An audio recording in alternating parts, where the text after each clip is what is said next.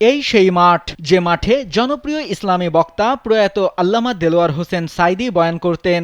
তার বয়ান শুনতে সেখানে লাখ লাখ মুসল্লি আসতেন। বয়ান শুনে মুসল্লিরা আবেগাপ্লুত হতেন। তবে ২০০৬ সালের পর থেকে মাঠটিতে দেলোয়ার হোসেন সাঈদীকে আর দেখা যায়নি, যিনি দীর্ঘ ২৯ বছর একাধারে সেখানে বয়ান করে গেছেন। ২০০৬ সালের পরের ২ বছর তৎকালীন তত্ত্বাবধায়ক সরকার এই মাহফিলের অনুমতি দেয়নি।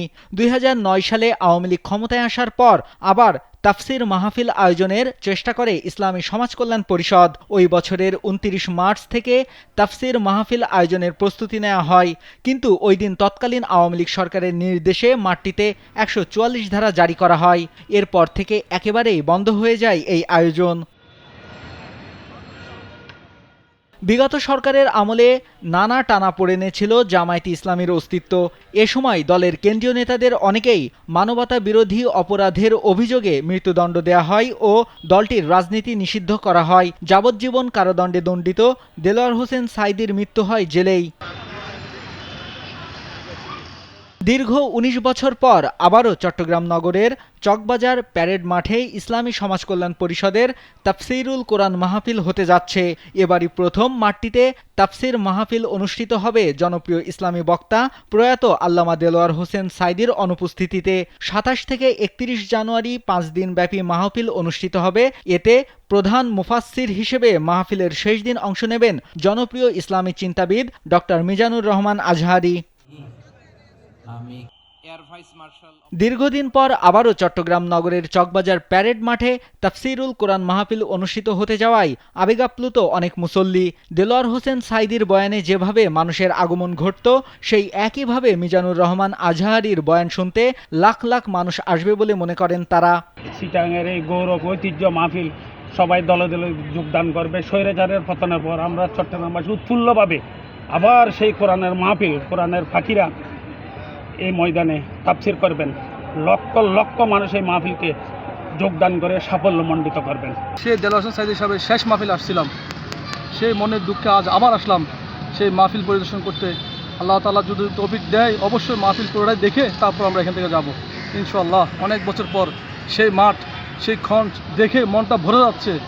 সে কত বছর পর আসছি নিজেরও মনে নেই। সেই সাঈদী সাহেবের শেষ মাহফিলে আসছিলাম, আর আসিনি, আজকে আবার আসছি দেখার জন্য।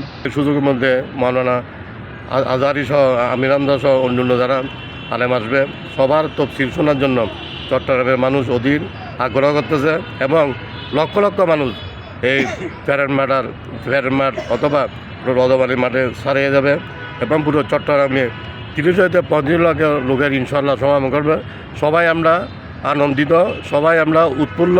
চট্টগ্রামবাসীর একটা বাদবাঙ্গ উচ্ছ্বাস, তাদের আবেগ, তাদের সাংস্কৃতিক ব্যক্তিত্ব, ধর্মীয় বিষয়, এই সবগুলোর সাথে এই তাফসির মাহফিলটা একবারই জড়িত। দীর্ঘদিন হতে পারে নাই, এই জন্য অনেক ধরনের ব্যক্তিত্ব যে ভাষাটা আসলে প্রকাশ করার মতো। স্বেচ্ছাসেবকরা মাঠের নিয়ম শৃঙ্খলা সংরক্ষণের দায়িত্ব পালন করবেন। সঙ্গে থাকবে আইনশৃঙ্খলা বাহিনীর সদস্যরা। মূল মাঠের উত্তরে কিশোলাই কমিউনিটি সেন্টার ও কাপাসগোলা কলেজেও প্যান্ডেল থাকবে। আমাদের আয়োজনের ক্ষেত্রে আমরা পর্যাপ্ত, প্রথম হচ্ছে আমরা আইনশৃঙ্খলা বিষয়ে নিরাপত্তা, এটা 1 নম্বরে নজর রেখেছি। দ্বিতীয় হচ্ছে এখানে অনেক দূর দূরান্ত থেকে মহিলারা আসবেন, ওদেরগুলো আমাদের ব্যবস্থা করা আছে। এরপরও আশা করি আমাদের এই প্যান্ডেলের বাইরে আমাদের এখানে স্কুল থেকে শুরু করে, কাপাসগোলা স্কুল থেকে শুরু করে, শ্রীরাম কলেজের মাঠ থেকে শুরু করে, কাজীমারি স্কুল থেকে শুরু করে, এদিক দিয়ে আমাদের পর্যায়ক্রম স্কুল থেকে শুরু করে আমরা একটা বাউন্ডারিতে একটা সার্কেল নিয়ে আসি।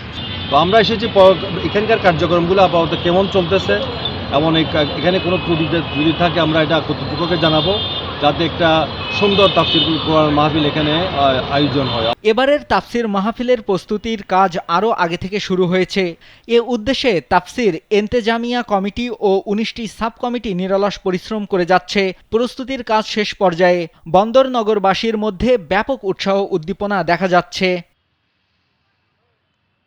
নাইমুল হাসিব, কালবেলা।